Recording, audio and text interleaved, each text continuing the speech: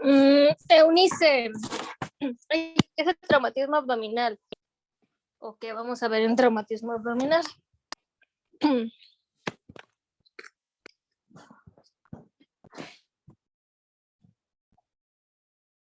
Eunice, Sí, doctora, aquí estoy. dime, ¿qué es el traumatismo abdominal? Pues es cualquier lesión que pueda, justamente, valga la redundancia, lesionar algún órgano dentro del abdomen y puede ser tanto penetrante como cerrado. Y los más comunes son los cerrados y estos sobre todo son con desaceleración o por la bolsa de aire. Muy bien. Santiago Jaramillo, ¿qué es la presión intraabdominal?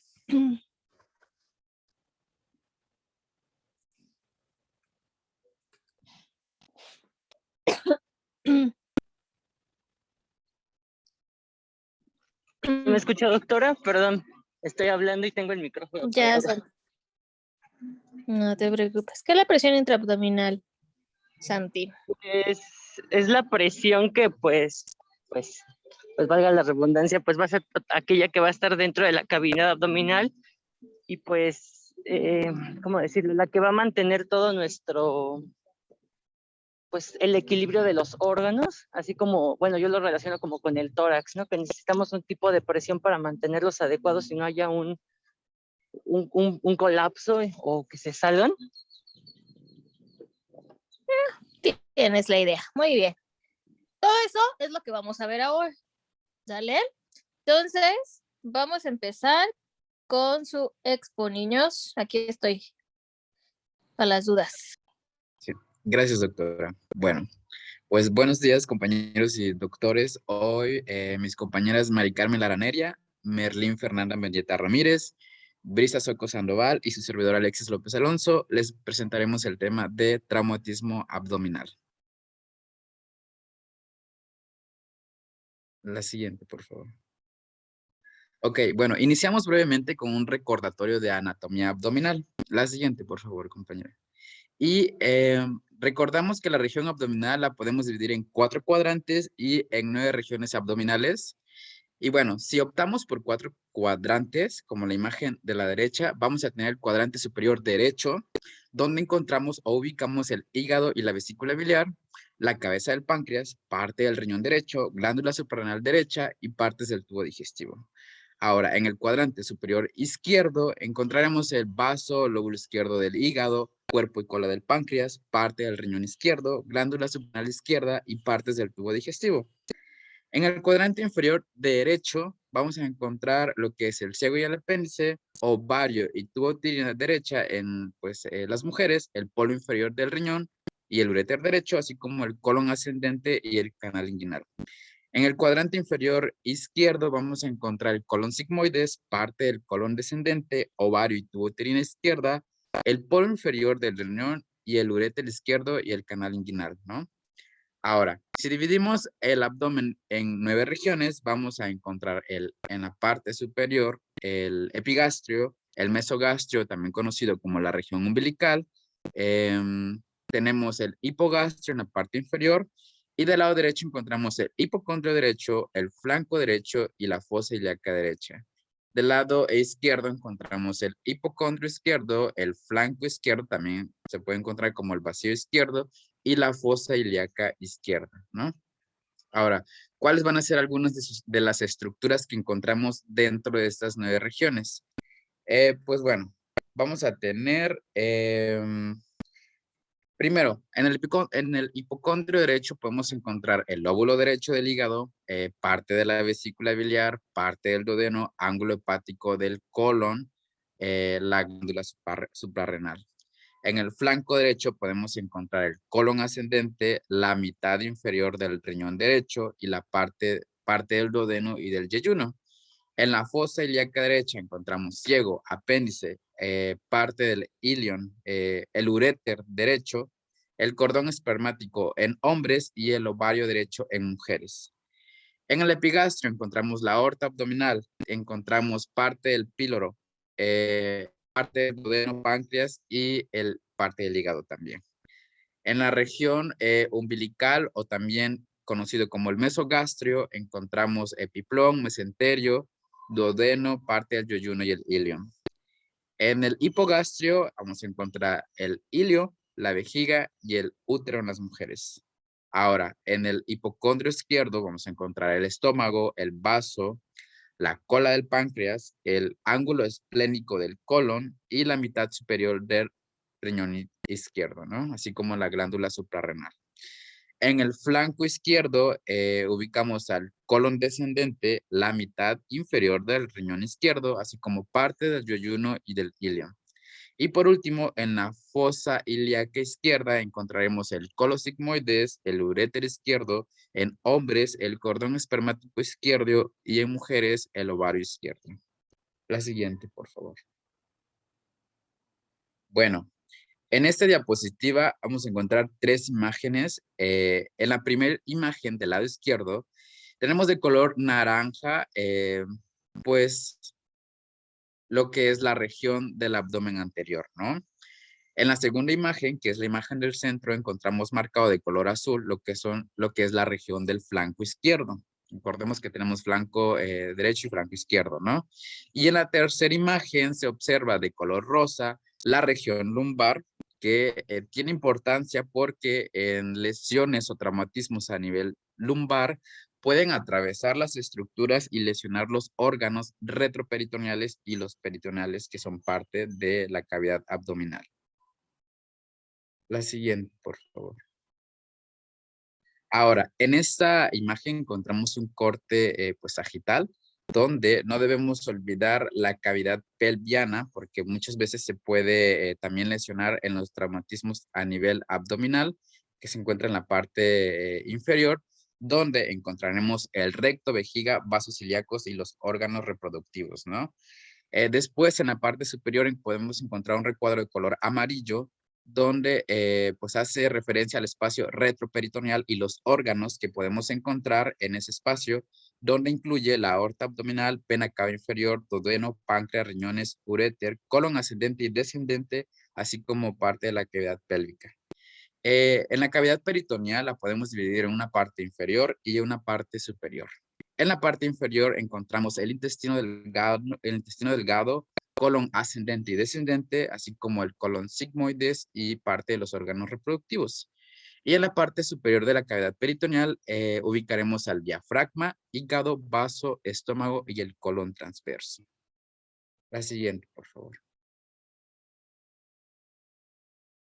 Bueno, este es, en resumen, lo que tenemos que tener en cuenta dentro de la anatomía, ¿no? Abdomen anterior y región tóraco-abdominal, los flancos derecho e izquierdo, la parte dorsal y la cavidad pelviana, ¿no?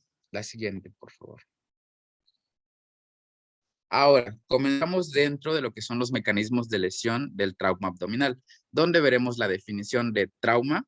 Esta se define literalmente como una definición del libro. Se dice que es una lesión orgánica producida por la suma de la acción de un agente externo junto con las reacciones locales, es decir, del cuerpo, que generalmente provocan traumatismos a nivel del cuerpo. La siguiente, por favor. Bueno, el traumatismo abdominal tiene una prevalencia, o la edad de prevalencia es en menores de 30 años. El sexo donde prevalece es en el sexo masculino y tiene una mortalidad de distribución trimodal. ¿Qué significa esto? Significa que el 50% de los pacientes que tienen un traumatismo abdominal llegan a fallecer de forma inmediata. Sin embargo, el 30% de los pacientes que tienen un traumatismo a nivel abdominal llegan a fallecer de forma temprana, es decir, 6 horas después del traumatismo. Y el otro 20% fallecen de forma tardía. En los tipos o los mecanismos de traumatismo abdominal suelen ser de forma penetrante, de forma cerrada y por explosión, que suele ser una combinación de un tipo penetrante y de un traumatismo de tipo cerrado. La siguiente, por favor.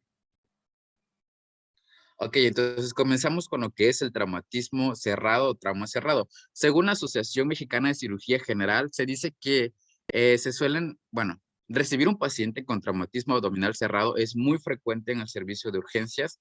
De hecho, el 80% del traumatismo abdominal representa, el traumatismo abdominal cerrado representa el 80% de las lesiones abdominales. E incluso suele ser importante porque es responsable de la mayor cantidad de morbilidad y mortalidad intrahospitalaria, ¿no?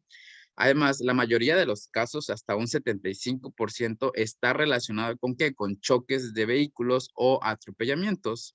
Y el 15% de estos va a representar golpes directos en el abdomen y el 9% restante representa caídas, ¿no? Ahora, eh, Ahora, los órganos que son mayormente afectados son el vaso en un 40-55%, seguido del hígado de un 35-45% y el intestino delgado de un 5-10%, ¿no? Las lesiones como el páncreas, el intestino, el mesenterio, la vejiga y el diafragma son estructuras retroperitoneales, como por ejemplo el riñón y la aorta abdominal, son menos comunes, pero también hay que tomarse en cuenta a la hora del traumatismo abdominal. Existen diferentes mecanismos dentro del trauma cerrado, dentro de los cuales vamos a encontrar principalmente 3. En el centro tenemos que puede ser un mecanismo de un impacto directo. 2 puede ser lesiones por cizallamiento y 3 pueden ser lesiones por desaceleración. Bueno, comenzamos primero con un impacto directo. Un ejemplo de un impacto directo puede ser que al momento de un choque, el borde inferior del volante llega a producir un impacto en lo que es el abdomen del paciente. O también puede ser que un choque vehicular lateral puede deformar la puerta y esto puede producir un impacto y golpear fuertemente a los pasajeros, produciendo un aplastamiento de las vísceras abdominales e incluso los huesos pélvicos. A esto se refiere con un impacto directo, ¿no? Número 2, tenemos las lesiones por cizallamiento. Las lesiones por cizallamiento son una forma de lesión por un aplastamiento que ocurre, por ejemplo, el cinturón de seguridad utilizado incorrectamente. Del lado derecho tenemos una imagen que es el ejemplo de lo que es una lesión por aplastamiento ocurrido por un cinturón de seguridad, donde se ven las marcas del cinturón de seguridad.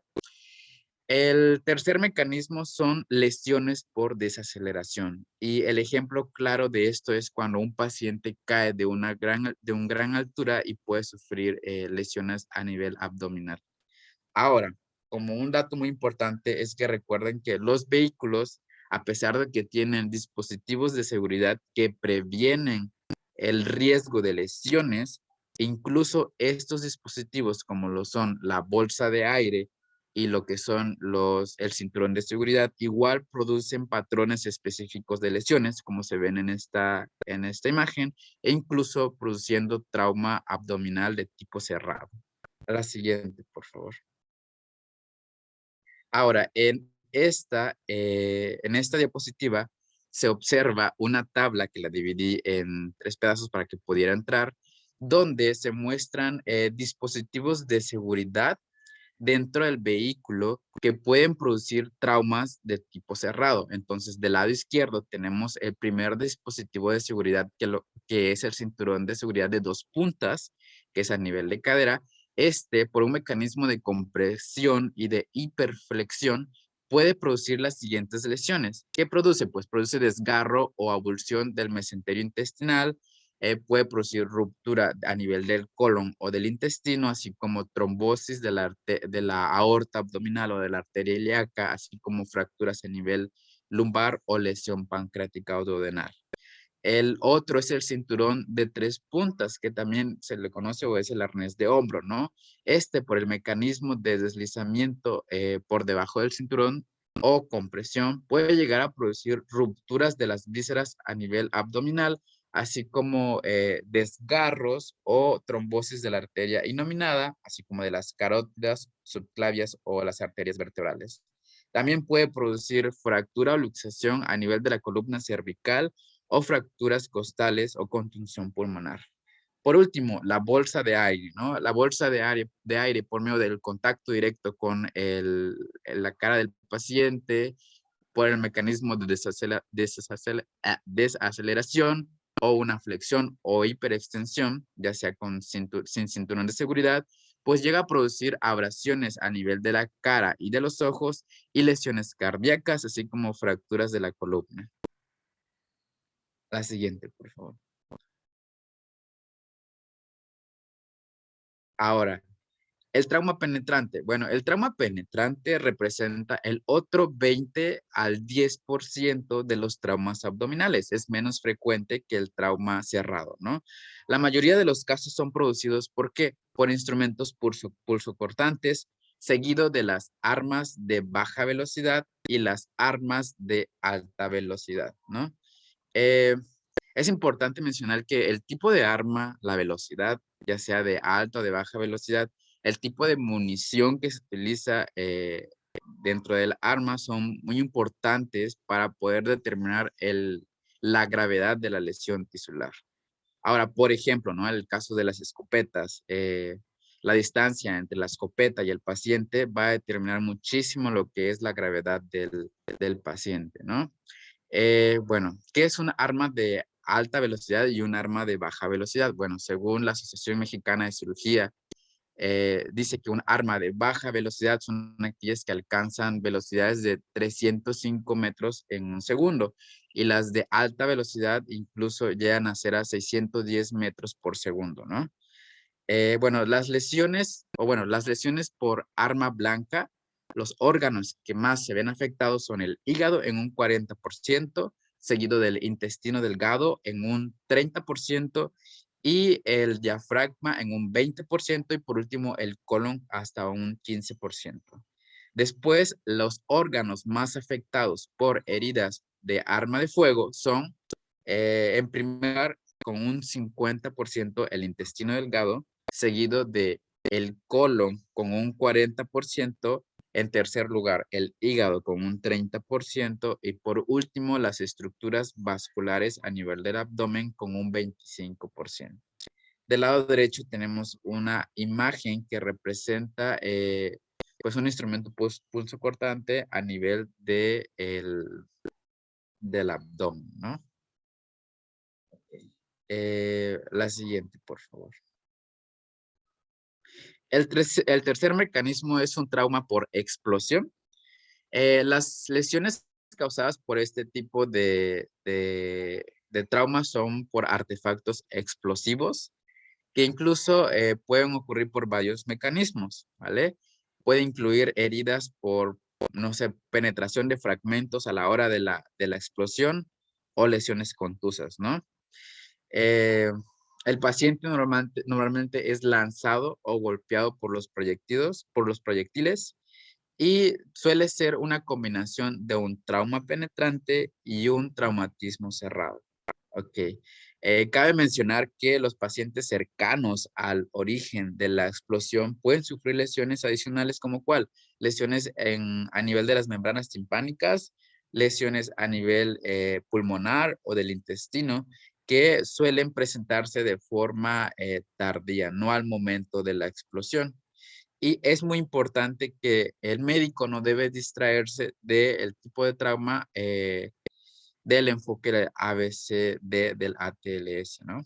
La siguiente, por favor. Entonces, comenzamos ahora con la presión intraabdominal. Bueno, la presión intraabdominal es una presión que existe dentro del abdomen en un estado pasivo. O sea, es la presión pasiva de la cavidad abdominal. Cuando no hay cambios, por ejemplo, cuando no hay cambios, pero normalmente hay cambios durante la ventilación mecánica o la respiración normal, los cuales pueden aumentar durante la inspiración y también pueden disminuir durante la expiración. Su valor normal suele ser, depende mucho de la bibliografía, pero su valor normal va desde los 0 hasta los 5 milímetros de mercurio. Y también depende de la bibliografía, menciona que es normalmente igual a la presión de la atmósfera o que suele ser ligeramente mayor a la presión atmosférica, ¿no? Que va desde los 1 hasta los 5 milímetros de mercurio y en una posición de supino del paciente puede incluso llegar a ser hasta 10 milímetros de mercurio. Es muy importante recordar que el índice de masa corporal de los pacientes llega a ser o llega a aumentar esta presión intraabdominal y también se puede modificar después de una cirugía abdominal reciente. Para medir la presión abdominal, que lo va a mencionar más adelante mis compañeras, pero así como muy a grandes rasgos, se introduce de forma estéril aproximadamente 25 mililitros de solución salina isotónica en la vejiga por medio de una sonda, como se ve aquí en la imagen. Después se pinza lo que es la bolsa de diuresis para evitar la salida de la solución de los 25 mililitros y esta se va a conectar a un sistema de presión o un manómetro que va a medir la presión abdominal. Entonces, esta es la forma en cómo se mide. ¿Vale? La siguiente, por favor.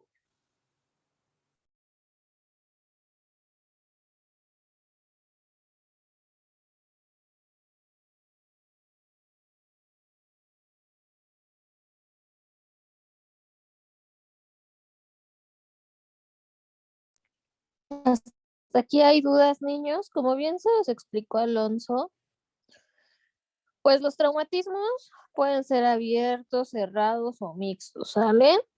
Los más comunes, como también lo dijo su compañera al inicio que les pregunté, son los traumatismos cerrados, ¿vale? ¿Qué órgano se lesiona más comúnmente? El vaso, seguido del hígado y por último intestino delgado. La presión intraabdominal es la presión que está dentro de nuestra cavidad abdominal y que está controlada o que se da por lo que tenemos dentro de la panza, por el contenido abdominal y las estructuras adyacentes. Como bien se los mencionó Alonso, aumenta cuando nosotros inspiramos y disminuye cuando nosotros expiramos, ¿sale? Y eso pues tiene que ver mucho con la contracción y la relajación del diafragma, que es lo que le va a dar en el pecho el límite a la región abdominal, ¿sale? La bibliografía es muy variable. Nosotros, para fines prácticos y de examen, vamos a tomar como valor normal entre 5 a 7 milímetros de mercurio, como una presión abdominal o intraabdominal normal, ¿sale? Siempre considerando que en las personas obesas y en las embarazadas puede ser normal que tengan hasta 14 milímetros de mercurio de presión intraabdominal, y esto es por los cambios que se genera por el desplazamiento por el embarazo o por la grasa que hay en los pacientes obesos, ¿sale? ¿No hay ninguna duda hasta ahorita? No, doctora. Bueno, seguimos. Sí, muchas gracias, doctora. Bueno, entonces ya vimos la definición de presión intraabdominal. Ahora vamos a ver qué es la hipertensión intraabdominal. De acuerdo a la Sociedad Mundial del Síndrome Compartimental Abdominal, que en sus siglas son las que vemos en el recuadro naranja, WASACS, perdón. La hipertensión intraabdominal se va a aceptar como una presión intraabdominal normal cuando justamente, como lo menciona, el valor es de 5 a 7 milímetros de mercurio. Generalmente se acepta que el límite superior no patológico de la presión intraabdominal es de 12 milímetros de mercurio. Entonces, a partir de aquí, si hay incrementos mantenidos por encima de 12 milímetros de mercurio, esto va a ser a lo que se conoce como hipertensión intraabdominal. Generalmente una presión normal en un paciente que no es obeso va a ser aproximadamente de 5 milímetros de mercurio. Entonces, esta cifra mayor a 12 milímetros de mercurio puede tener cierta variación con ciertas condiciones, así como lo comentaba la doctora, principalmente en obesidad clínicamente, que es obesidad severa o incluso en los embarazos. Entonces, para que no se nos olvide, la hipertensión intraabdominal es una elevación patológica, sostenida y que puede ser repetida de la presión intraabdominal. La cifra para considerar una hipertensión es mayor a 12 milímetros de mercurio y por supuesto este aumento va a dar como consecuencia, va a dar lugar a un trastorno funcional de todo el contenido abdominal y visceral y por supuesto los órganos extraabdominales. Entonces, ¿en quién debemos sospechar una hipertensión intraabdominal? Así como lo mencionamos, en pacientes obesos y también en aquellos pacientes que presenten oliguria y distensión abdominal durante una exploración después de una intervención quirúrgica abdominal. Es importante conocer este tema y entenderlo, ya que la hipertensión intraabdominal se menciona que puede impedir la perfusión renal y esto conducir a una isquemia renal y por lo tanto a la disfunción renal después de una cirugía. Entonces es muy importante también medirlo si es una cirugía, una intervención quirúrgica de la región abdominal. ¿De acuerdo? Entonces, se conocen 4 grados, como lo vemos en la tablita, 4 grados de hipertensión, lo podemos clasificar en 4 grados. El primero de ellos es el grado 1, que va en un rango de 12 a 15 milímetros de mercurio.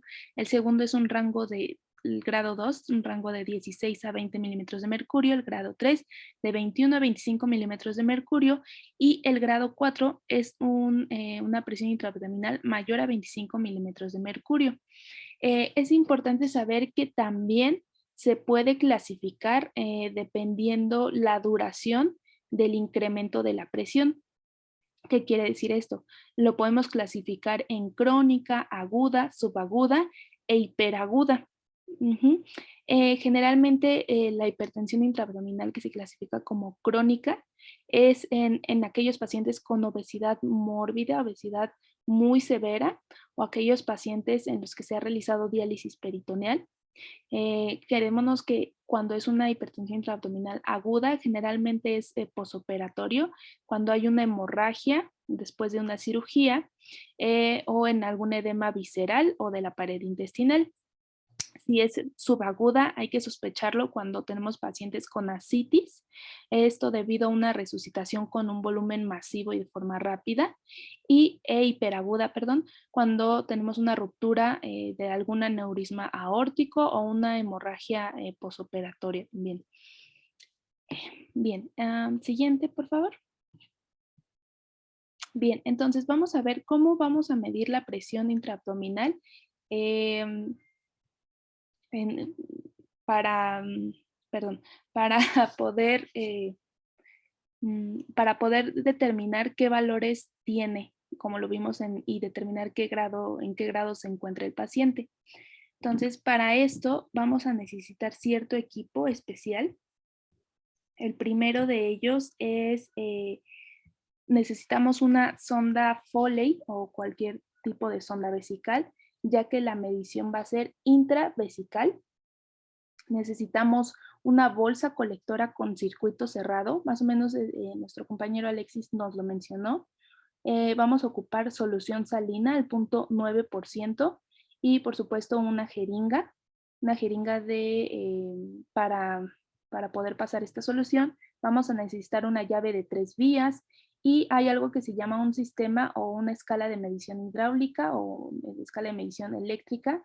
Ahorita vamos a ver para qué es. Y todo el equipo, ¿no? Guantes estériles, gasas estériles, etcétera. Entonces, existen varias técnicas, más bien, existen varias formas de medir la presión intraabdominal. Se puede hacer de forma directa o indirecta. Y de forma directa, para que lo conozcan, es mediante un catéter intraperitoneal y se va a instalar, generalmente este catéter se instala para el drenaje de ascitis o de diálisis peritoneal y está conectado a un transductor de presión intraperitoneal o se puede hacer durante una cirugía laparoscópica. Ahora, dentro de los métodos indirectos, para la presión intraabdominal se incluye esta técnica que vamos a ver, que es la medición intravesical. Y esta técnica, bueno, existen otras, la gástrica, la rectal, la del útero y de la vena cava inferior, pero esta técnica por vía intravesical ha sido considerada el procedimiento de elección, el que más se utiliza, ya que es un procedimiento relativamente simple, es de bajo costo, es decir, se puede ocupar con equipo que hay en el hospital sí o sí, y el riesgo-beneficio para el paciente es favorable y esto nos permite vigilar a la presión intraabdominal. Entonces, la medición de la presión intraabdominal tiene varias indicaciones, pero por supuesto, si sospechamos de una hipertensión intraabdominal, este procedimiento se tiene que realizar sí o sí. ¿Okay? Siguiente, por favor. Ahora, ¿cómo vamos a hacerlo? Bien. Antes de ver el video me gustaría explicarle para que no se vayan a perder. Lo primero que hay que hacer es, por supuesto, explicarle al paciente acerca del procedimiento, ¿no? Lo que le vamos a realizar y por qué. Después tenemos que colocar al paciente en posición de cúbito supino. Y se menciona que debe estar con la sonda a 90 grados en relación con su pelvis y que los músculos abdominales deben estar relajados. Después se va a realizar el lavado de manos, el lavado del área, los guantes, la colocación de los guantes estériles y lo que vamos a hacer es lo siguiente. ¿Puedes darle la siguiente, por favor, Mari? Ya que aquí hay imágenes que lo... Otra más, antes del videito. Lo que vamos a hacer es adaptar una vía, una llave de 3 vías, como lo podemos ver en la imagen de la izquierda, la imagen superior. Se menciona que se va a adaptar a una rama del drenaje vesical y se va a realizar la asepsia y antisepsia. Entonces, se va a verificar que la vejiga del paciente se encuentre completamente evacuada, es decir, no debe haber orina de preferencia, pero pues sabemos que hay orina residual, ¿no? Entonces, se va a pinzar el drenaje urinario después del sistema de llaves. Como lo ven ahí, hay una pinza Kelly que está pinzada hacia la sonda. Y lo que vamos a hacer es que a través de la llave de 3 vías vamos a conectar, se menciona que es una rama al sistema de drenaje urinario y se va a conectar otra al sistema de medición hidráulica, que es el que, si no me equivoco, el que aparece en la imagen en azul. Y posterior a eso debe colocarse en la porción distal de la sonda vesical y se recomienda el uso, como lo vemos en la imagen de abajo, en la imagen de la izquierda, colocar 25 mililitros de solución salina estéril del 0.9% para el llenado de la vejiga urinaria. Y justamente después de eso, inmediatamente, se va a modificar la posición de la llave y se va a dejar pasar la solución necesaria para que el tramo de la escala quede libre de burbujas de aire y así evitar que pase aire. Entonces, una vez realizado todo lo anterior, la sonda vesical se debe comunicar con la escala de medición y la parte donde está el menisco del agua, y la orina va a comenzar a descender hasta alcanzar el valor de la presión intraabdominal. Esto debe tener una pequeña, se menciona que debe haber una pequeña oscilación con la respiración y se debe realizar la prueba de verificación de dicha presión. El resultado de la medición debe ser expresado siempre en milímetros de mercurio y se debe asegurar muy bien que el sistema de medición hidráulica no tenga fugas, ya que esto puede alterar la medición. Y así, si lo aseguramos, permitimos la continuidad del sistema del drenaje urinario. Entonces, vamos a la anterior, por favor, para ver, entender bien cómo es esto para el videito.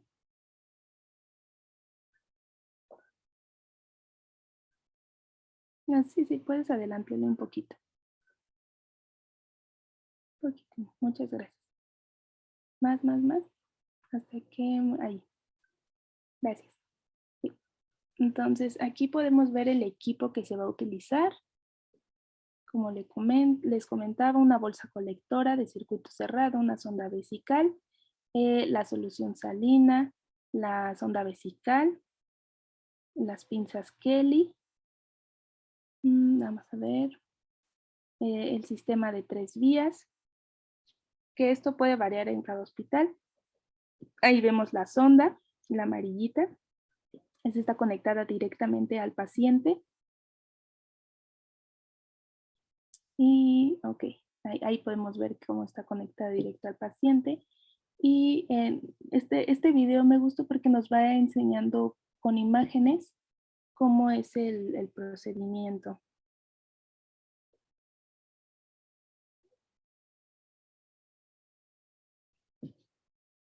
Bien, así está bien, sin sonido. Gracias. Entonces, nos enseña, ok, ahí vienen. Ok, se supone que ese es el pinzamiento. En este caso tiene un equipo especial, pero nosotros generalmente en el hospital se hace con una sonda Kelly. Y más o menos así es el procedimiento. Se tiene que conectar a través de la llave de 3 vías. Se conecta al sistema de drenaje urinario y la otra al sistema de medición hidráulica. Es un poco complicado sin práctica, pero espero se pueda entender.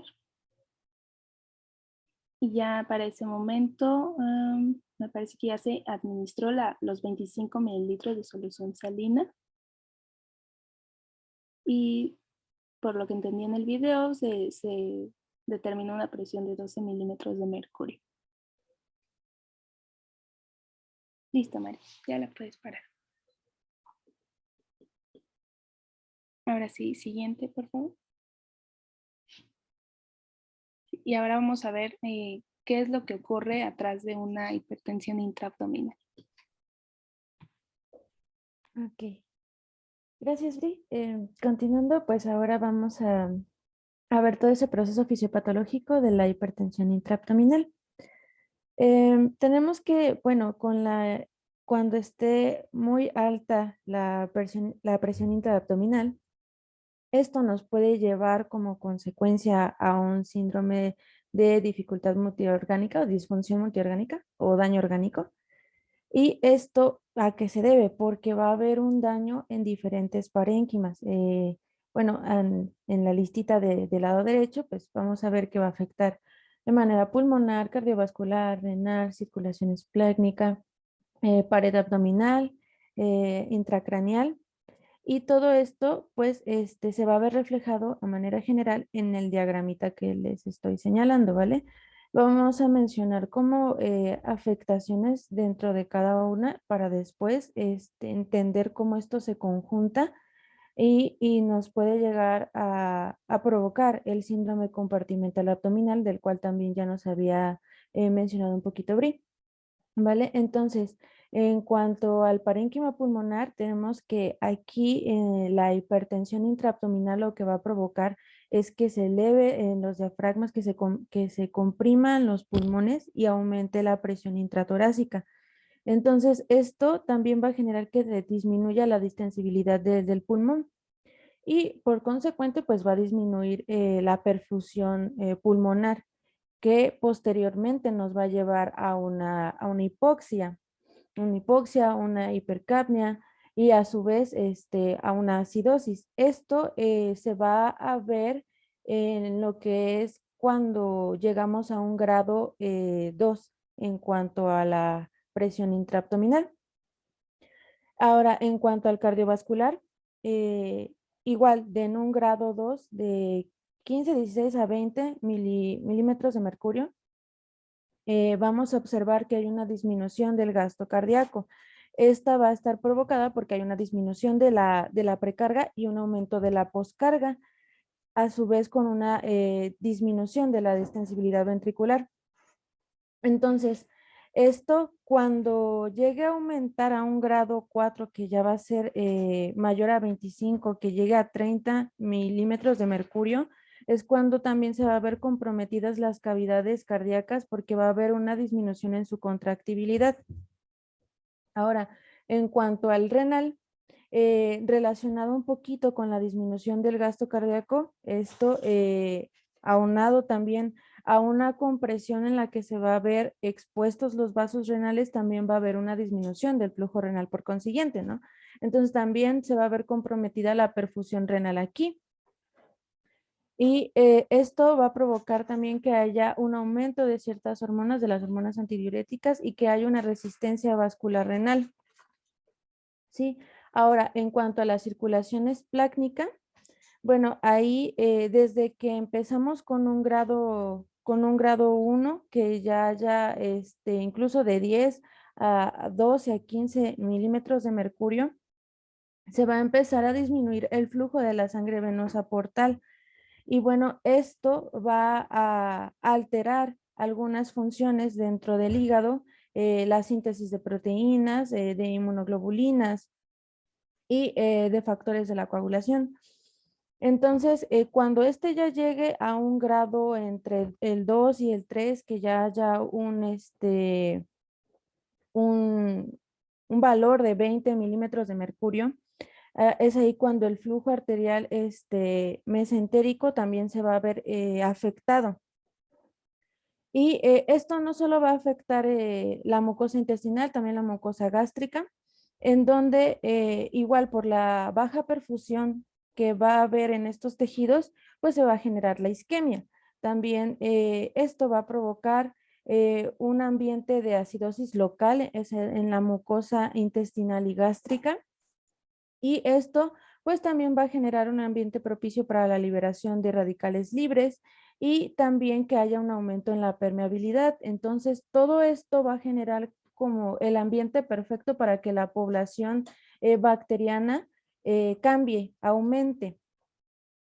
Y esto, pues, por consiguiente, nos puede llevar a un shock séptico, a una sepsis, ¿vale? Entonces, ya este mismo proceso también va a verse reflejado en la pared abdominal, porque aquí igual va a haber una disminución en la perfusión de los músculos de la pared y entonces va a haber un ambiente de isquemia, incluso un edema parietal.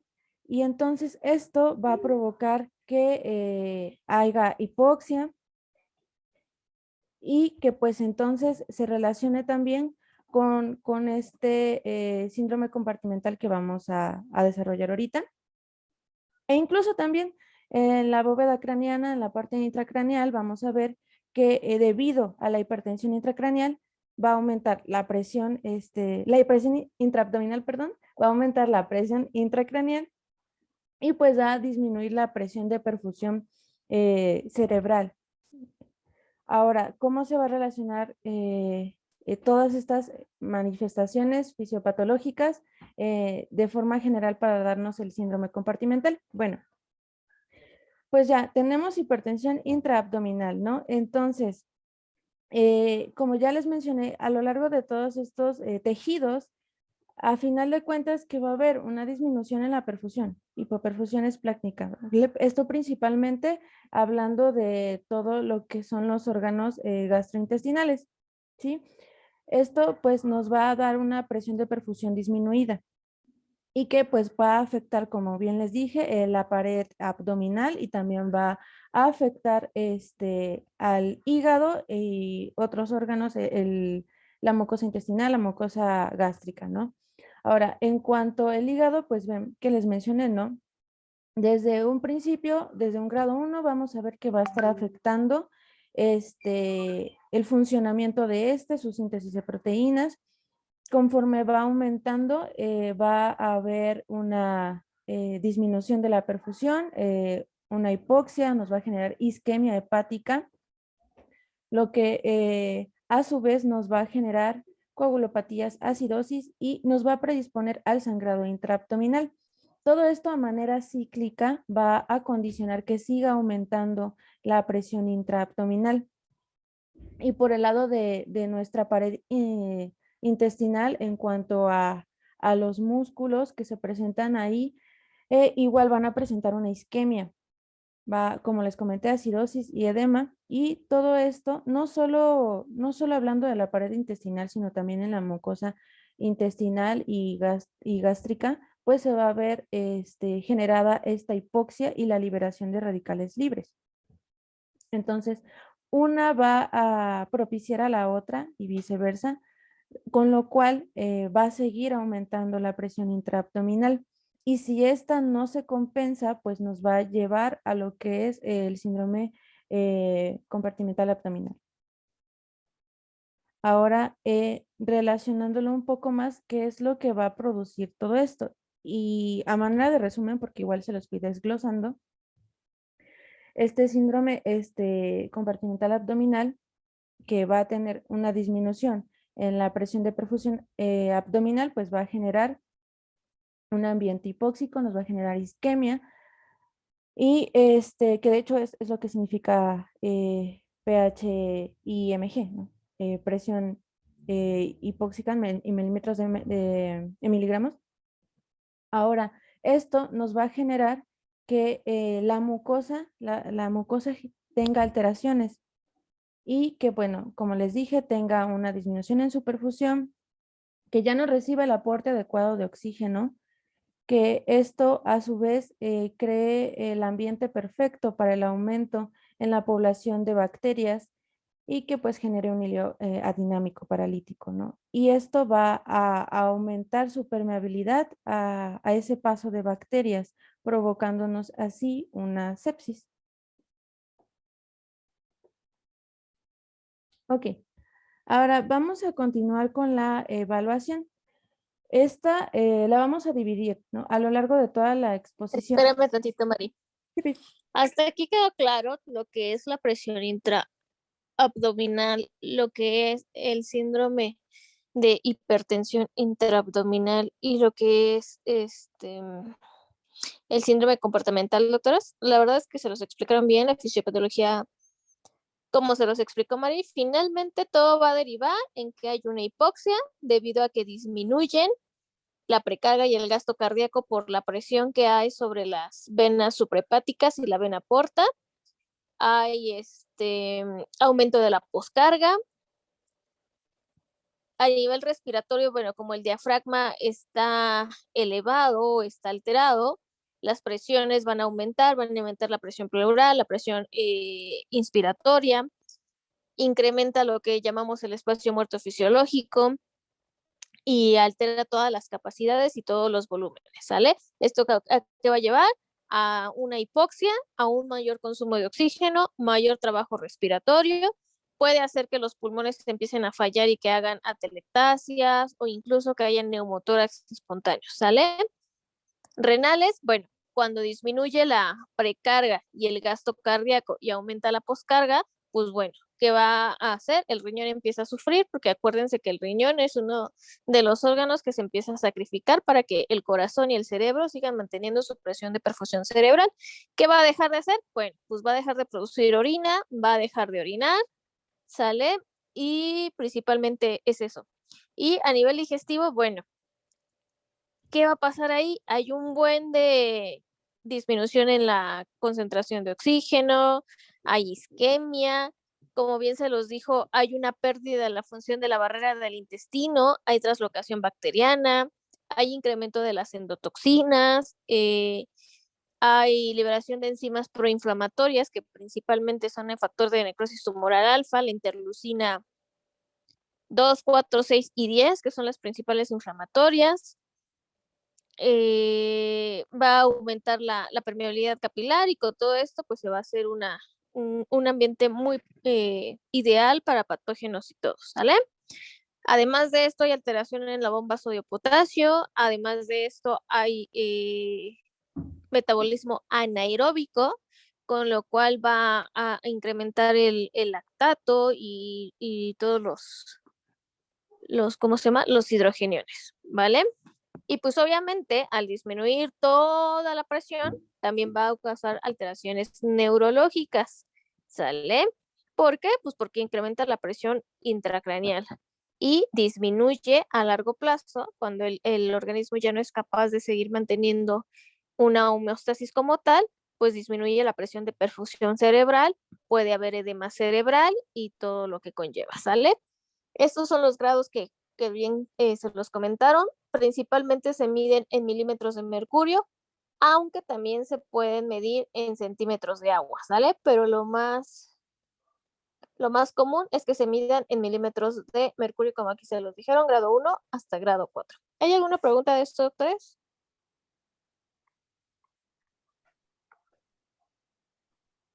Sí, no. No, doctora, todo claro, gracias. No, doctora, todo bien. Gracias. Vale, sigamos entonces. Gracias, María. Bien, entonces, continuando con la evaluación, tenemos que, la vamos a ir desarrollando a lo largo de toda la presentación. Nos vamos a ver ahorita su manejo inicial, su historia clínica, su exploración física, las pruebas complementarias, ¿vale? Entonces, a manera de introducción en esto, pues realmente en la ATLS se mencionaba que como un aspecto, un dato muy importante era que en pacientes hipotensos era importante identificar la lesión abdominal o pélvica, porque así podríamos saber si es la causa en caso de que se presente o no de la hipotensión, ¿vale? Con esto también, o por ello, hay que valorar la estabilidad hemodinámica, ¿vale? Después de esto, es importante remarcar los antecedentes del accidente, el examen físico y las pruebas complementarias. Y bueno, en los pacientes que no tengan como tal alteraciones hemodinámicas o que no tengan signos de peritonitis, pues se les puede llegar a realizar pruebas más exhaustivas o más detalladas que si estuviera hemodinámicamente inestable.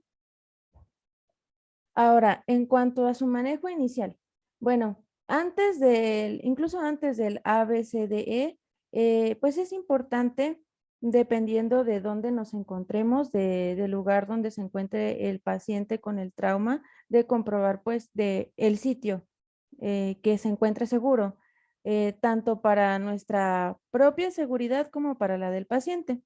Porque pues a final de cuentas nosotros somos o seremos los que nos encontramos ayudando a esa persona, ¿no? Entonces primero tendremos que valorar nuestra seguridad.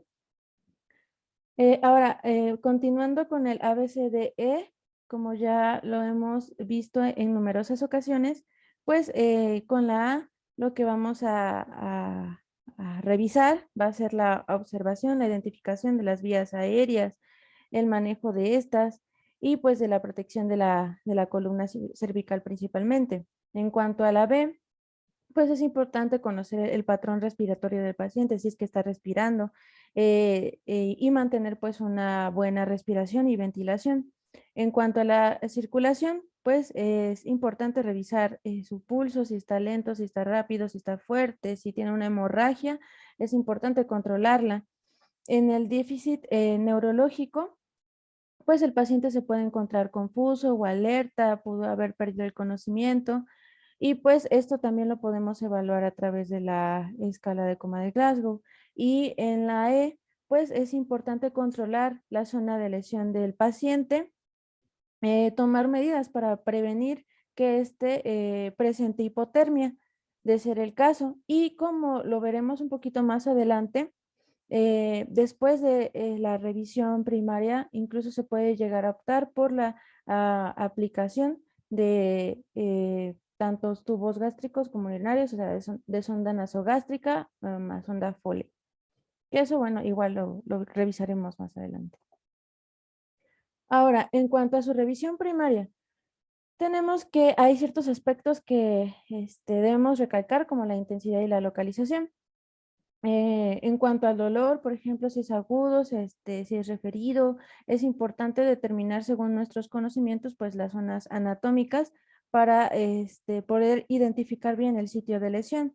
En cuanto a la circulación, si esta se encuentra pues interrumpida, ver si esta puede ser, estar comprometida y provocar una hipotensión. En cuanto a la lesión, revisar ciertos aspectos que igual ya habíamos visto con Alexis, su mecanismo, la fuerza, la ubicación, el estado hemodinámico y pues el compromiso concomitante. Ver cuáles son o cuáles van a ser los órganos que se van a comprometer o pueden llegar a comprometerse debido a la lesión original o incluso a qué sistemas ya a mayor amplitud puede venir afectando. Ahora, en cuanto a su historia clínica, bueno, hay ciertos aspectos que son los más resaltados, que pues es importante por ello recabar la información pertinente a esto, de acuerdo al tipo de lesión que se va a presentar en el paciente. Si es una colisión vehicular, si es por lesiones por caídas, traumatismos penetrantes, si son por explosiones, y de acuerdo a esto también sacar ciertos datos que nos pueden ayudar a toda la evaluación. En el caso de la colisión vehicular, pues tenemos la velocidad del vehículo, el tipo de colisión, si fue un impacto frontal, si fue un impacto lateral, si fue un roce lateral, si fue un impacto trasero o si se volcó, o también si se deformaron las partes del vehículo, si adentro había pasajeros, cuántos, qué tipo de afecciones tuvieron, también si fue por la bolsa de aire, qué afecciones pudo haber tenido por esta. También algunos dispositivos como los cinturones de seguridad, que bien ya nos había explicado también Alexis. Ahora, en cuanto a lesiones por caída, es muy importante considerar la altura, porque pues a mayor caída hay un mayor impacto y obviamente un mayor daño. Y en cuanto a traumatismos penetrantes, pues ahí hay que considerar el tiempo transcurrido desde la lesión, el tipo de arma, si fue un cuchillo, si fue una pistola, si fue una escopeta, si fue un rifle, y pues la distancia em, desde el atacante a la lesión. Recordando que es entre igual mayor distancia o mayor velocidad, mayor impacto o daño a órganos pueden presentarse. Y en cuanto a las explosiones, pues tenemos que las lesiones viscerales van a ser causadas por la sobrepresión que va a haber aquí y se va a ver aumentada cuando el paciente esté cerca de la explosión o que esté en un espacio cerrado. Y es también importante mencionar que todos estos tipos de datos pueden ser recabados o obtenidos tanto por el paciente como pues por personal policíaco, por personal paramédico o los testigos. Y otros aspectos que se mencionaba que era importante recalcar también dentro de la historia clínica era el amplio, ¿no? Mencionar las alergias que tenga el paciente, los medicamentos que esté tomando, cuál fue sus antecedentes, su historial médico, su última comida y los eventos que están relacionados con este. Ahora, en cuanto al examen físico, bueno, ahí pues también dependiendo de cómo se encuentre el paciente, si está hemodinámicamente estable o inestable, es también lo que nos va a permitir o dar pauta para la realización de, de la exploración más completa o detallada, ¿no? Igual va a ser en el orden que conocemos de acuerdo a este sistema en el que nos encontramos, que va a ser la inspección, la auscultación, la palpación, la percusión, ¿vale? En cuanto a la inspección, pues es importante mencionar que se debe de examinar el abdomen anterior y posterior, el tórax bajo y el periné, buscando pues abrasiones, contusiones producidas por los sistemas de seguridad que ya vimos, por ejemplo el cinturón, heridas penetrantes, laceraciones, empalamiento con cuerpos extraños o impactación con cuerpos extraños, fracturas de últimas costillas, evisceración también. Revisar si la paciente, en este caso, pues si se encuentra embarazada, ¿vale? Es importante, antes de que se me olvide, mencionarles que realmente es recomendable que el paciente se encuentre desvestido pues para tener una exploración o un examen más detallado, ¿vale? En cuanto a la auscultación, pues puede haber presencia o ausencia de sonidos intestinales, ¿vale? Y bueno, aquí realmente que existan o no nos va a predecir o decir tal cual si está relacionado con el grado de lesión que se encuentra en el paciente. Y si y tampoco nos va a decir si, por ejemplo, si es que no hay lesiones, por ejemplo. O sea, no es como un valor predictivo a que nos diga dónde y qué tan grave está la lesión, ¿vale? Pero pues podemos encontrar un aumento en el peristaltismo, podemos encontrar hilio, podemos encontrar incluso soplos, ¿vale? Ahora, en cuanto a la palpación, bueno, aquí, discúlpenme tantitito, tantitito.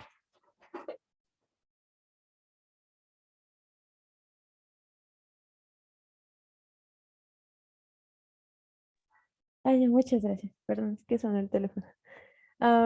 Bien, en cuanto a la palpación, estábamos en que, bueno, aquí algo que nos va a predecir qué tan fiable o no va a ser esta parte de la exploración, va a ser la contracción muscular voluntaria. Si es que es voluntaria, realmente no nos va a dar un valor fiable y al contrario que si es involuntaria, sí lo será, ¿vale?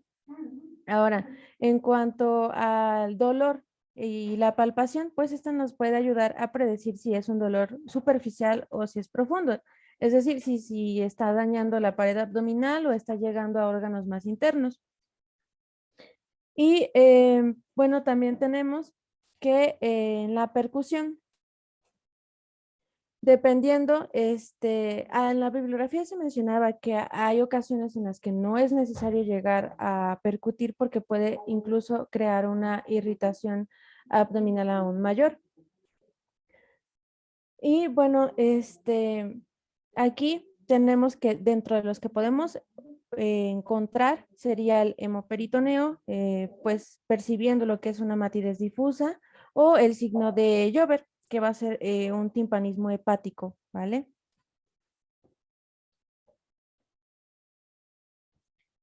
Ok, ahora en cuanto a los anexos al examen físico, era lo que les mencionaba, que aquí ya podemos hacer uso de lo que son sondas tanto nasogástricas como por ejemplo la sonda Foley, o sea, sondas vesicales. Y esto pues va a tener ciertos objetivos o se va a realizar para determinadas funciones, por así decirlo, y que esto se va a realizar como anexo a la valoración primaria. Dentro de esos objetivos vamos a encontrar aliviar la dilatación gástrica aguda, descomprimir el estómago antes de un lavado peritoneal diagnóstico y pues retirar más que nada el contenido gástrico, ¿vale? Ahora, hay posibilidad de que se presente pues la sangre del contenido gástrico que nos va a hablar de lo que es una lesión esofágica o del tracto digestivo alto.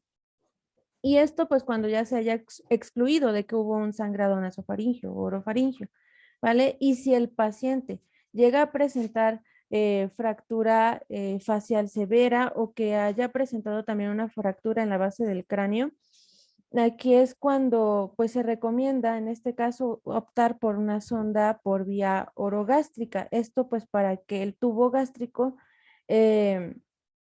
se evite que pase a través de la placa cribiforme, ¿vale? Y pues llega a lastimar más y a dañar más. En cuanto a la sonda Foley, sonda urinaria, sonda vesical, principalmente sus fines van a ser aliviar la retención urinaria, igual descomprimir la vejiga antes de un lavado peritoneal diagnóstico y monitorear el gasto urinario. Esto igual nos puede dar como dato el índice de perfusión tisular. Y en el caso de que, de que se presente la hematuria, esto nos puede indicar que hay un traumatismo en el tracto genitourinario. Pero si no llega a haber hematuria, tampoco es como que nos diga que no va a haber, o sea, no es excluyente de que haya una lesión del tracto genitourinario. ¿Vale?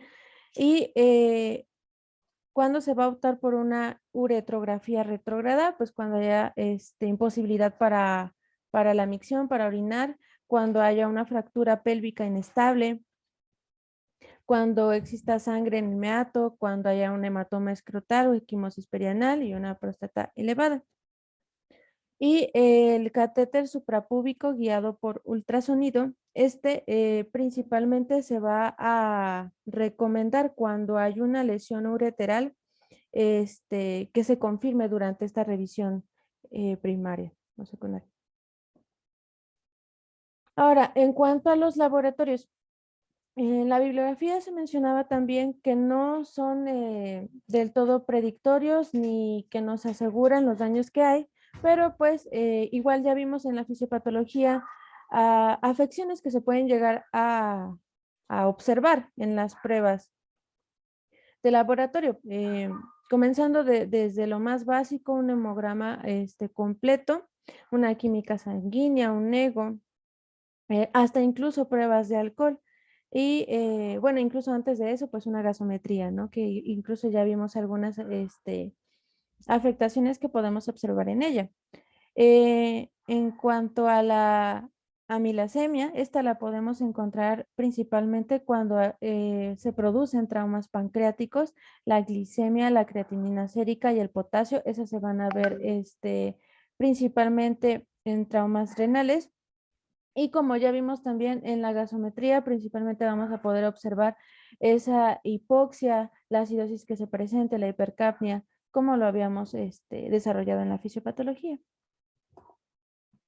Ahora, otros estudios y que se van a poder realizar principalmente cuando se presenten los siguientes hallazgos que les voy a mencionar, van a ser en el sensorio alterado o sensibilidad alterada, que bueno, esto ya nos va a hablar de alteraciones neurológicas, de lesión en otras estructuras adyacentes, de que en el examen físico esté erróneo, de que exista el signo de cinturón de seguridad, que fue principalmente la imagen que nos mostró Alexis al principio sobre ese hematoma equimosis provocada por ese dispositivo, y la anticipación de la pérdida prolongada de contacto con el paciente. Aquí la ATLAI se mencionaba que principalmente era cuando el paciente estaba anestesiado y esto era de manera prolongada.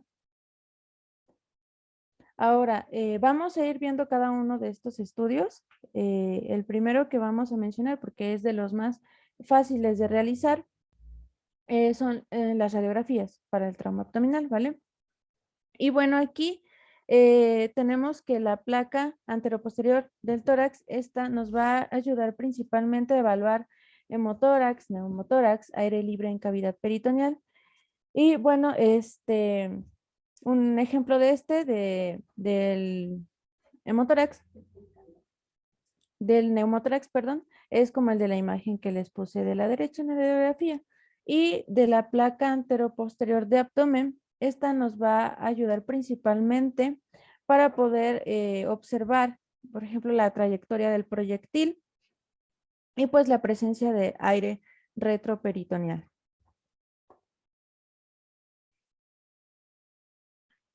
Ok, vamos a tener otros estudios que nos van a poder permitir ver principalmente si nuestro paciente tiene algún trauma cerrado. En este caso se puede realizar por ecografía focalizada en trauma, que se va a abreviar como FAST. Se recomienda que sea uno de los primeros estudios en realizar y pues obviamente se va a solicitar que sea por personal capacitado. Dentro de este estudio lo primero que vamos a identificar es líquido intraperitoneal o hemoperitoneo. Principalmente vamos a ver lo que son estos líquidos o bien alguna lesión en la víscera hueca. La ventaja de este estudio es que va a poder ser repetible, vamos a poder estar realizando a lo mejor cada 30 a 40 minutos que nuestro paciente lo vaya requiriendo. También va a ser rápido de que a nuestro paciente lo reciban para este tipo de estudio. No va a ser invasivo y pues va a ser un poco más económico para la institución. Y los principales regiones que se van a detectar en este estudio pues son el saco pericárdico, la fosa hepatorrenal, que bueno, aquí las tenemos en la imagen. La fosa esplenorenal, la pelvis o el fondo de saco de Douglas. Esto principalmente, como les digo, para descartar alguna presencia de líquido, ¿no? Principalmente. Se va a realizar principalmente después de la exploración inicial de los médicos. Esta también nos va a poder ayudar a detectar el hemoperitoneo progresivo. Si, como les digo, puede repetible, si no lo detectamos en la primera visualización, posiblemente en la segunda o tercera ya podamos detectar la presencia de líquido libre, ¿sale? La otra ventaja que tenemos es que nuestro paciente puede estar en su propio, o sea, se le puede realizar en la cabecera de su camilla y al mismo tiempo se pueden llevar a cabo algunos otros procedimientos de diagnóstico o terapéuticos, ¿sale? Su uso como método de diagnóstico como tal en el trauma abdominal penetrante va a tener alguna controversia si se utiliza o no, pero como les mencionaba al inicio, su mayor uso va a ser en trauma cerrado. También se puede utilizar en pacientes en estado de ebriedad, en estado físico no confiable y y listo, pasamos a la siguiente, por fin. Otro estudio importante para este tipo de pacientes pues va a ser el lavado peritoneal diagnóstico, el cual podemos encontrar abreviado como LPD o DPL. El lavado peritoneal diagnóstico pues es otro estudio realizado rápido y que nos puede permitir identificar principalmente si tenemos la presencia de hemorragia. También lesiones viscerales huecas y se recomienda que sea en pacientes hemodinámicamente inestables. Estos estudios van a estar determinados si lo realizamos o no dependiendo de la hemodinamia de nuestro paciente. Se puede hacer cuando no están estables y cuando es un trauma penetrante, ¿sale?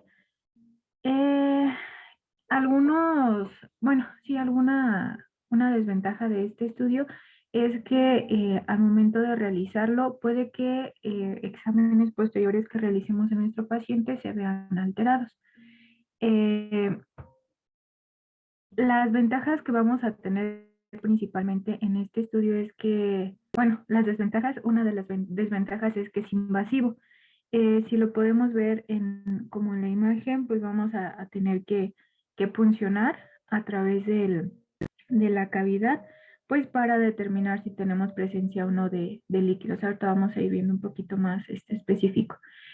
Una de las ventajas es que es rápido y rápido diagnóstico y la otra es que se tiene que hacer con conocimiento quirúrgico a través de la técnica abierta y cerrada de Seldinger. Y algo que también se mencionaba, y como ya no lo comentó Mari, se tienen que hacer la descompresión gástrica y urinaria previa, pues para no tener algún falso positivo, o bien que vayamos a puncionar ya sea vejiga o vayamos a retraer, en lugar de sacar como tal líquido peritoneal o sangre, vayamos a sacar a lo mejor o puncionar el intestino. Estos estudios va a estar principalmente indicado en pacientes con cambio en estado de conciencia, que tenga alguna lesión cerebral, que esté bajo alcoholismo o alguna droga ilícita, que tenga signo de cinturón de seguridad, que tenga cambios en la sensibilidad, lesión en médula, que tenga una lesión en médula espinal, que tenga lesión de costillas, pelvis o columna lumbar o bien que sea una exploración física dudosa, o que el paciente esté con anestesia general, o bien que los estudios radiológicos pues sean tardados y que no podamos tener un estudio previo a este. ¿Sale? La que sigue, por fin. Ok. Las siguientes contraindicaciones que vamos a tener en este estudio, pues son los antecedentes quirúrgicos abdominales previos, la obesidad mórbida, el embarazo, principalmente en el primer trimestre, la cirrosis avanzada y la coagulopatía preexistente, ¿sale? Y una contraindicación absoluta para este tipo de estudio, pues es una indicación de la laparoscopía. Algo que es importante aquí mencionar es que vamos a tener como tal un líquido, ¿sale? A través de este lavado peritoneal diagnóstico vamos a extraer un líquido, el cual si es positivo, pues bueno, si tenemos algunas de estas características positivas, pues lo más indicado a nuestro paciente pues va a ser la indicación de la laparotomía. En estas características, pues tenemos que la extracción de líquido sea mayor de 10 mililitros de sangre, que se tenga un recuento eritrocitario mayor a 100,000, mayor de 500 leucocitos, la presencia de bilis también nos va a hacer ver que sea positivo, la tinción de Gram positivo a bacterias, y la presencia de fibras vegetales. La presencia de fibras vegetales o restos de alimentos pues nos va a estar haciendo hincapié en que pues ya estamos perforando posiblemente alguna víscera hueca y pues esto obviamente es indicativo de una laparotomía. ¿Sale? La que sigue, por fin. Como ya lo vimos, este tipo de evaluación pues va a tener sus complicaciones, ¿sale? Entre estas, pues vamos a tener principalmente la hemorragia, que den falsos positivos al momento de puncionar. Ya ven que una de las contraindicaciones es que pues tenga alteración de coagulación. Entonces, si llegamos a tener alterados los tiempos de coagulación y no los detectamos antes, pues la hemorragia pues puede ser una de estas complicaciones. Los hematomas, el desgarro de la fascia, la peritonitis con perforación intestinal, la laceración visceral, las lesiones vasculares o bien posterior a la evaluación de pues la hernia incisional, ¿sale? Nada más por mencionar, este tipo de estudio sí se realizan, pero igual se comentaba en la bibliografía que puede llevarnos a provocar iatrogenias. Entonces, por eso se recomienda que sea realizado por algún tipo de médico, pues, que esté capacitado, vaya. La siguiente, por favor. Ok, vamos a tener también el estudio, pues la tomografía computarizada. Como tal es un diagnóstico que nos va a requerir pues que transportemos a nuestro paciente hacia el escáner, ¿no? Vamos a administrarle como tal pues un medio de contraste intravenoso y pues se va a estar exponiendo hacia la radiación. Y bueno, este tipo de estudio se va a recomendar principalmente en pacientes hemodinámicamente estables y que no tengan alguna indicación de laparotomía, ¿sale? Va a dar informe como tal del órgano en específico lesionado y el diagnóstico de lesiones retroperitoneales y órganos pélvicos pueden que sea o no detectados. Esa es la desventaja que igual nos mencionaba la bibliografía.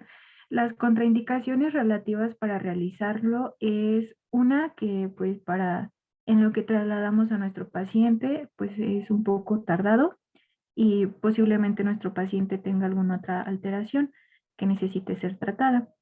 Si el paciente no puede cooperar, pues también es otra contraindicación, o bien que el mismo paciente refiera alergia al medio de contraste. ¿Sale? La siguiente, por favor. Ok. Y bueno, tenemos también la laparoscopía diagnóstica o toracoscopía. Esta va a ser más aceptado para evaluar a un paciente con hemodinamia normal o estable. Se dice que un paciente con trauma penetrante con potencial lesión tangencial y sin indicación para la laparotomía, pues va a ser útil este tipo de estudio y también para diagnosticar alguna lesión diafragmática y la penetración peritoneal. Pero la necesidad de la anestesia general pues va a limitar como tal su utilidad. La ventaja de esta es que pues igual nos va a permitir visualizar directamente el órgano lesionado. Y también que vamos a poder tener la posibilidad de realizar la terapéutica en caso de ser necesario a través del mismo diagnóstico, de la misma visualización. Se pueden disminuir en este caso la estadía hospitalaria en comparación con algún paciente que requiera, por ejemplo, la parotomía, ¿sale? Y la mayor ventaja es principalmente que se disminuye la laparotomía no terapéutica. Lo que les mencionaba, a través del mismo diagnóstico se puede realizar el tratamiento de alguna lesión que tengamos, ¿sale? Pero las desventajas principales en este estudio es pues que tenemos que sedar pues a nuestro paciente con anestesia general. Su costo pues es un poco más alto. Su equipo quirúrgico pues necesita pues de personal capacitado, de instrumental específico y bueno, también el riesgo de neumotórax a tensión pues va a ser una de las desventajas. Si nuestro paciente ya está posiblemente con alteraciones pues graves y aparte le agregamos el neumotórax a tensión, pues ya sería otra complicación, ¿sale? La siguiente, por favor, Mari. Y bueno, ya por último mencionar los estudios de contraste. Esta no va a estar indicada en pacientes que no estén hemodinámicamente estables, ¿sale? Unos, por mencionar, son la uretrografía, la cistografía, la pielografía intravenosa y que es por método de contraste y por los estudios de contraste gastrointestinal. Estos, bueno, los tres primeros ya vimos un poquito más ayer también con los compañeros y bueno, cada uno va a tener su indicación y por ejemplo, la uretrografía se requiere que antes de realizar este tipo de estudio, pues se inserte un catéter por la sospecha o no de que haya lesión uretral. Y bueno, se va a introducir un catéter urinario, asegurando que el meato pues que atraviese completamente el meato y vamos a inflar como tal el baloncito que tienen dentro de 1 a 2 mililitros. Se va a introducir como tal el material de contraste y pues se toma una proyección anteroposterior con un ligero estiramiento del pene, en el caso de los hombres, hacia uno de los hombros del paciente. Esto pues para ver que haya pues el adecuado flujo de medio de contraste y que no tengamos alguna lesión. Y bueno, nos va a mostrar como tal también si tenemos el reflujo de contraste en la vejiga, si no tenemos alguna alteración en la misma vejiga, ¿sale? El cistograma o cistografía por tomografía computarizada, pues va a ser un método un poquito más efectivo para diagnosticar una ruptura vesical, intraperitoneal o extraperitoneal, ¿sale? Se va a conectar como tal un cilindro de jeringa al catéter catéter vesical. Luego se va a permitir entrar una cierta cantidad de medio de contraste hacia la vejiga hasta que se detenga el flujo y o bien hasta que el paciente orine espontáneamente o el paciente notifique alguna molestia. y esto pues se va a requerir principalmente para asegurar la distensión de la vejiga. Y la pielografía intravenosa, pues en este caso se inyecta una dosis alta de medio de contraste, igual tiene que ser rápido, para visualizar los calicios renales en una radiografía abdominal y pues valorar que no tengamos alguna lesión también en estas estructuras, ¿sale?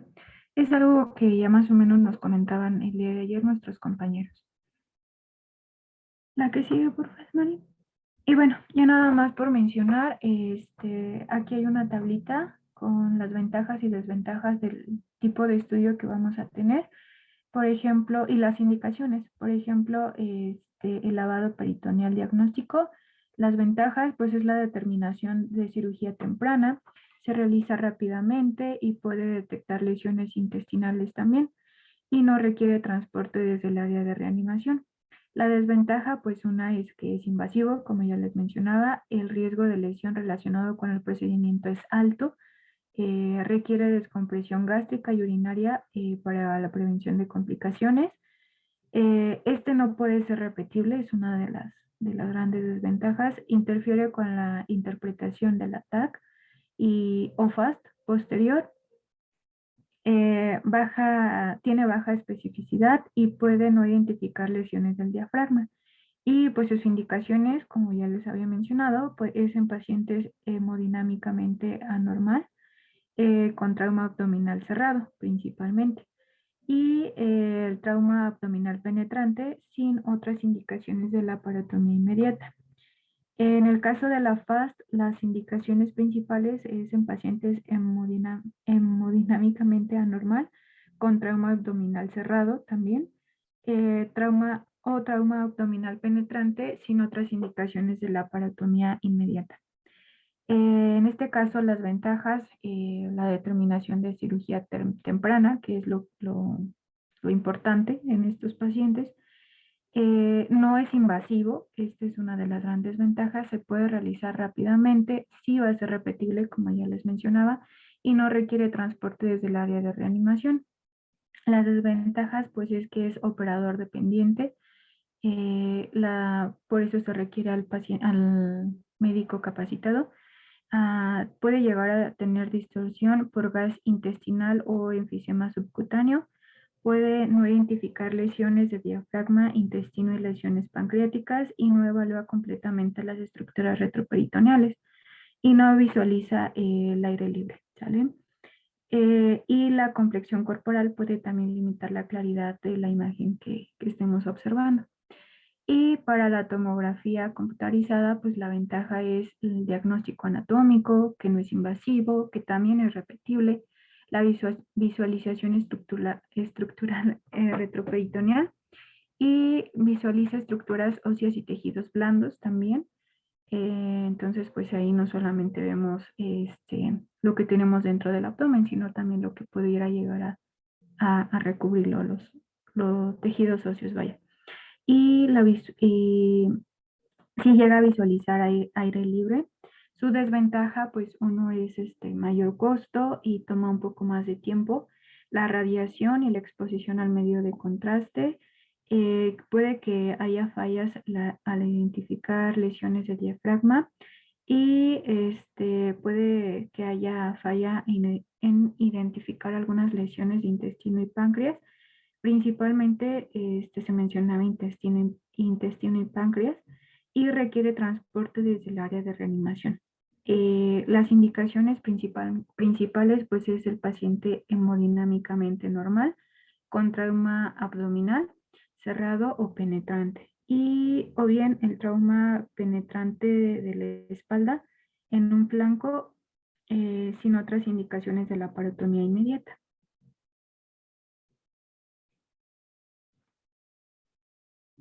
Ok, vamos a tener también algunas evaluaciones de lesiones penetrantes específicas, ¿sale?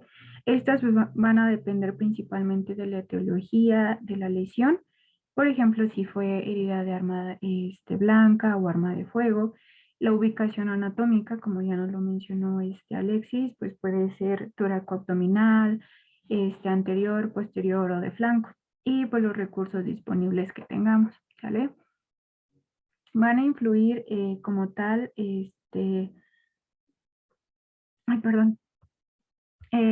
por ejemplo, en las heridas por arma blanca en el abdomen anterior, las opciones que incluyen por realizar principalmente un examen físico seriado, el FAST y el lavado peritoneal diagnóstico, la laparoscopía diagnóstica que va a determinar como tal la penetración peritoneal,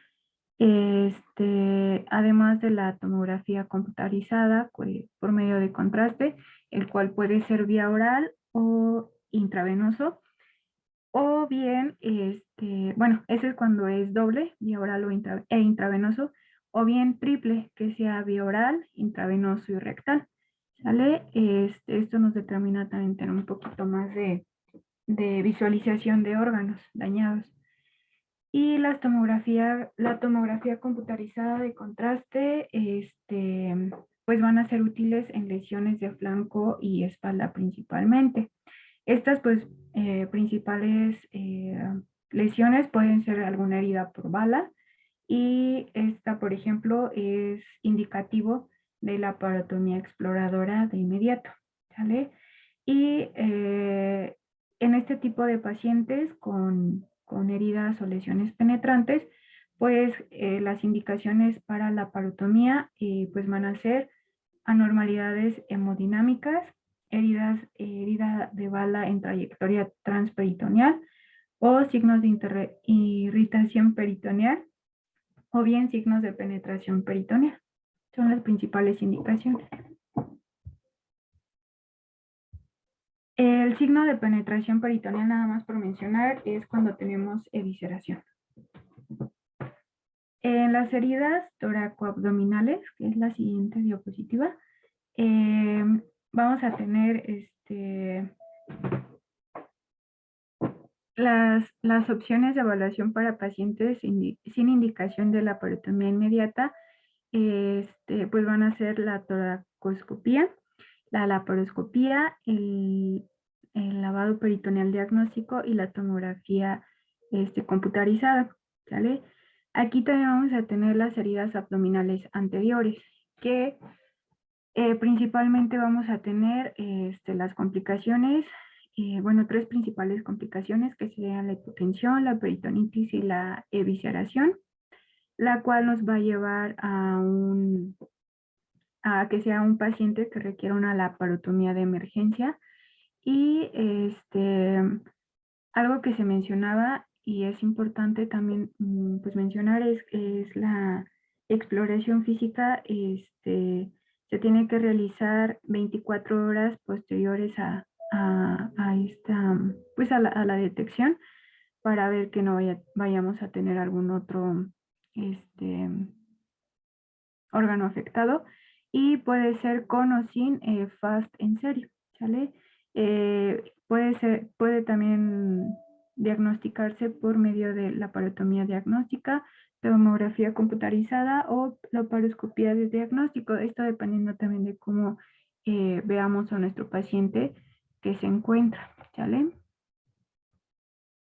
Y por último, la evaluación en cuanto a lesión de flancos y espalda. Se recomienda que sea una exploración con o sin, exploración física con o sin FAST en serie.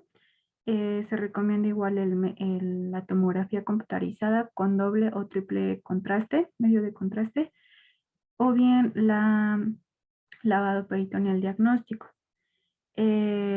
Aquí hay que tener en cuenta que nuestro paciente puede o no tener alguna perforación de algún intestino, entonces debemos de tener muy en cuenta todo esto.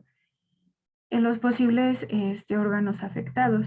En cuanto a las heridas posteriores en la línea axilar anterior, pues se recomienda que sea el examen seriado, la tomografía computarizada, lo cual pues demora un poco, por lo cual se debe de tener como que los pros y los contras. Y el seguimiento ambulatorio debe de tenerse después de que se egresó el paciente, después de 24 horas. Y sí, lavado peritoneal diagnóstico si es positivo, ya les mencionaba las características de este, nos va a indicar si requiere o no una laparotomía, ¿sale? Y bueno, ahora las indicaciones para la laparotomía, pues vamos a tener que el trauma abdominal sea cerrado con hipotensión, o con un FAST positivo o sangrado intraperitoneal. También si el trauma abdominal es cerrado penetrante con lavado peritoneal diagnóstico positivo. O bien que sea hipotensión con una herida abdominal que penetre. Si la herida es por arma de fuego que atraviesa alguna cavidad peritoneal. Si tenemos evisceración, también va a ser indicativo. La que sigue, por favor. El sangrado de estómago, recto o del tracto genitourinario después del traumatismo penetrante también nos va a indicar una laparotomía. La peritonitis, el aire libre, principalmente si es aire libre retroperitoneal o si se ve la ruptura del hemidiafragma. Y o bien si en el tomografía de contraste demuestra ruptura del tracto gastrointestinal, alguna lesión intraperitoneal de la vejiga o alguna lesión del pedículo renal, o alguna lesión del parénquima visceral después de un traumatismo cerrado o penetrante. La que sigue. Ok. Bien, ahora vamos a, continuando con el tema de lesiones específicas, vamos a ver cada una de forma muy breve. En este caso vamos a ver lesiones diafragmáticas, lesiones duodenales, pancreáticas, urogenitales y de órganos sólidos, así como víscera hueca. Es importante saber que en este tipo de lesiones específicas que vamos a hablar, el hígado, el vaso y el riñón son los órganos que se ven más afectados tras un traumatismo abdominal. Empezando con las lesiones diafragmáticas, la lesión del diafragma se puede producir en cualquier porción de este, pero sí se menciona que especialmente el hemidiafragma izquierdo es el que se lesiona con mayor frecuencia. Lo más común es que exista una lesión de entre 5 a 10 centímetros de longitud y generalmente se involucra la parte posterolateral del diafragma izquierdo.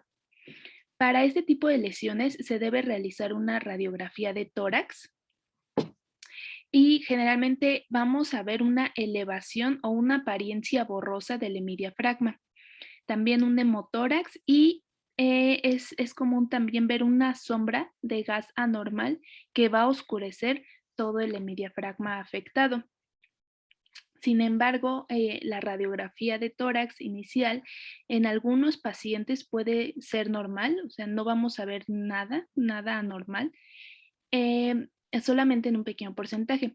En este caso, debemos sospechar de una lesión diafragmática ante cualquier herida penetrante que se haya visto afectado el tórax y la única forma de confirmar que sí es una lesión diafragmática es a través de una laparotomía exploratoria. También se puede ocupar una toracoscopía o una laparoscopía exploratoria. Siguiente, por favor. En cuanto a las lesiones duodenales, enfocadas principalmente en la lesión, en el traumatismo abdominal, generalmente estas ocurren en aquellos conductores que no ocupaban el cinturón de seguridad correctamente y que se vieron involucrados en algún choque vehicular en donde el impacto fue frontal, y también en aquellos pacientes que recibieron un golpe directo en el abdomen, por ejemplo, con el manubrio de una bicicleta.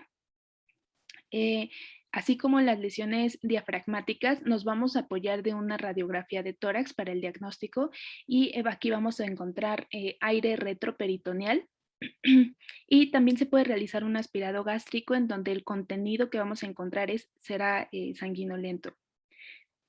Si tenemos esto, hay que sospechar de una lesión duodenal.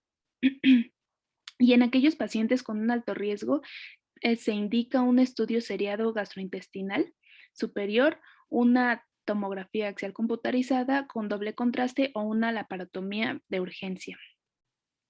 También, como lo vemos en el recuadrito, podemos apoyarnos de un examen físico seriado, si es necesario repetir la tomografía, de una ecografía también nos podemos apoyar, y como lo hemos ido repitiendo durante toda la exposición, siempre una laparoscopía exploratoria va a ser eh, eh, el indicativo para diagnosticarlos y para confirmarlo.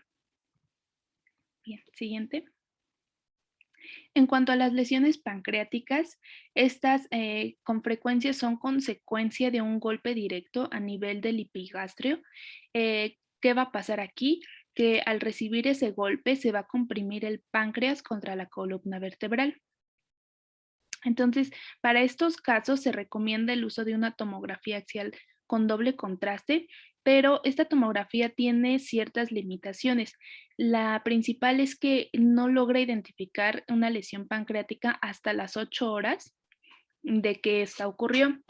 Y la exploración quirúrgica del páncreas puede justificarse solamente después de que se realizaron los estudios y que no se encontró nada. Siguiente, por favor. En cuanto a las lesiones urogenitales, es importante aquí que las contusiones, los hematomas, la equimosis del dorso, del flanco, perdón, van a ser marcadores posibles de lesión renal subyacente. Siempre que tengamos esto, es justificado realizar una tomografía axial computarizada o una pielografía intravenosa del tracto urinario. En las lesiones urogenitales, la hematuria macroscópica y microscópica van a ser marcadores también de que existe un mayor riesgo y mayor probabilidad de que haya una lesión renal. En general, el uso de una tomografía axial computarizada abdominal va a ser recomendable en cualquier tipo de lesión urogenital y se recomienda que sea con contraste intravenoso, ya que nos va a mostrar una mejor imagen de la extensión de la lesión renal. En el caso de que exista una trombosis de la arteria renal o una alteración del pedículo renal secundaria a un traumatismo de desaceleración, no es común que los encontremos y que se diagnostique. En este caso, los pacientes que lo presentan generalmente no van a tener hematuria, pero el paciente generalmente sí refiere dolor abdominal intenso. Entonces, es un poquito difícil el diagnóstico en esto, pero se tiene que sospechar inmediatamente si el paciente dice, me duele mucho el abdomen y por supuesto en el contexto estuvo involucrado en en un accidente o en un traumatismo. En resumen, los métodos diagnósticos para las lesiones urogenitales van a ser una pielografía intravenosa, una TAC o una arteriografía renal. Estas van a ser como el gold estándar para el diagnóstico de este tipo de lesiones. En el caso de que exista, por ejemplo, una fractura pélvica anterior, hay que sospechar inmediatamente de una lesión urogenital. Y de todas formas, este tema, el de lesiones pélvicas, lo vamos a ver los siguientes días, pero siempre hay que sospechar de una lesión uretral. Y estas lesiones uretrales se pueden dividir en anterior y posterior. Generalmente una lesión posterior uretral suele asociarse a lesiones multisistémicas y a fracturas pélvicas. Por otra parte, la lesión uretral anterior generalmente es consecuencia se mencionaba que es un impacto a horcajadas, es decir, un traumatismo en donde el paciente como que quedó con las piernas abiertas y esto también puede sospecharse de una lesión aislada. Siguiente, por favor.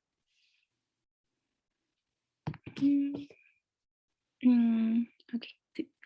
Ahora, en las lesiones de órganos sólidos, que son de las que vamos a hablar ahorita, Estas generalmente hacen referencia a lesiones que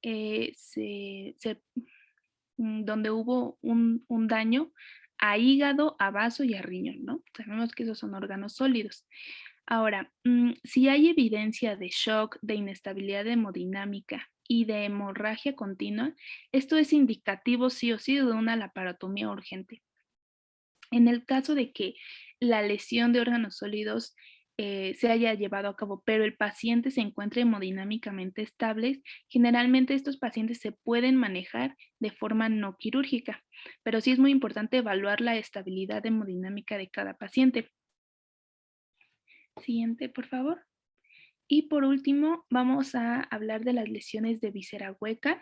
En un traumatismo, el intestino, en un traumatismo al intestino, delgado o grueso, este generalmente es causado por una desaceleración súbita, especialmente si, como lo hemos comentado, si el cinturón de seguridad de los pacientes está colocado incorrectamente.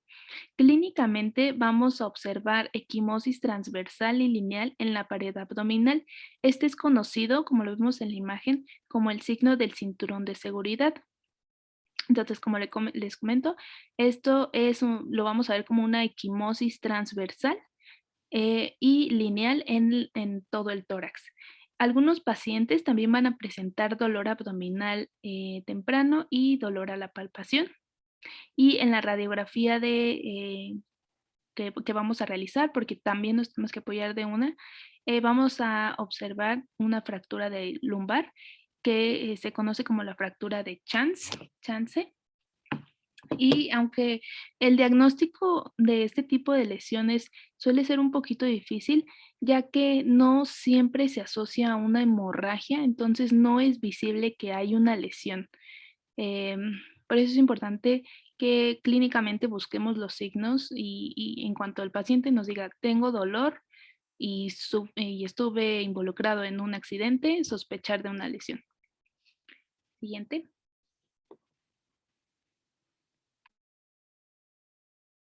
Bueno, ya nada más por mencionar cómo vamos a actuar en un politrauma de tórax, abdomen o pelvis, pues debemos de ver, como ya les mencionaba, si nuestro paciente está estable o es hemodinámicamente inestable. Si está hemodinámicamente estable, pues se recomienda el EcoFast. En este sí, o bien el TAC unifásico, si el EcoFast llegara a tener líquido libre, pues se va al segundo tiempo, que es la TAC multifásico. O bien si no tiene presencia de líquido libre, pues podemos pasar a la TAC. Después de esto, si es negativo, pues a la observación, ¿sale? Y si es positivo y tenemos líquido libre, pues se va al TAC multifásico. Si llegáramos a detectar que ese líquido libre pues es sangre y hay una hemorragia activa, pues se va a una embolización o una cirugía urgente, o bien si no llegara a haber, bueno, si tenemos la presencia de la hemorragia, pero pues queremos saber si es hemorragia venosa o arterial, pues también va a irse a una embolización o una cirugía preferentemente. Y si no tenemos la presencia de estas, pues se va a observación. Y si nuestro paciente está inestable, principalmente se va a una TAC multifásico, como ya les mencioné, o bien a una cirugía de control de daños. La cirugía de control de daños pues va a estar... Hasta ahí, Fer, Ok. porque ya van a ser las 12. El trombo abdominal, como ya vieron, involucra a muchos órganos. Todos los órganos que estén dentro de la panza son potencialmente lesionables ante un trauma de abdomen, ¿sale? ¿Qué tenemos que hacer? Pues bueno, como ya se los dijeron, el ABCDE, la revisión primaria y la revisión secundaria. Dentro de los estudios que más utilizamos son el FAS, que es el principal que podemos hacer y que el que se puede hacer rápido, fácil y seguro, porque se hace a la cabecera del paciente, sobre todo si son pacientes inestables. Si tenemos un poco más de tiempo, tomografías, obviamente las radiografías que son como de rutina, pero que muchas veces no nos dan muchos datos, y el lavado peritoneal. Pero como bien se los dijeron, deben de ser muy hábiles para realizar este procedimiento, ¿sale? Hasta aquí le vamos a dejar porque tienen clase, creo, ¿no? Ya van a ser las 12. ¿Tienen dudas o preguntas hasta ahorita, doctores? Creo que hasta Creo ahorita que no, no. doctora. Bueno, entonces la otra clase vamos a ver cirugía de control de daños, que es como ya para terminar esto completamente, ¿sale? Sí. Ok, doctora. Oye, niños, una pregunta. En su grupo, bueno, de los dos grupos que tenemos con el doctor Santiago y conmigo, ¿hay alguien que se haya dado de baja de las listas que tenemos? No, doctora, ninguno. Del APM1, ninguno. Del ¿Todos 4 están? tampoco. Es que se supone que uno se dio de baja, pero no lo encontramos. No sabemos si es con ustedes o con los otros grupos. Pero bueno, de ustedes, entonces, todos siguen. No hay ninguno de baja. Nadie de baja, doctora.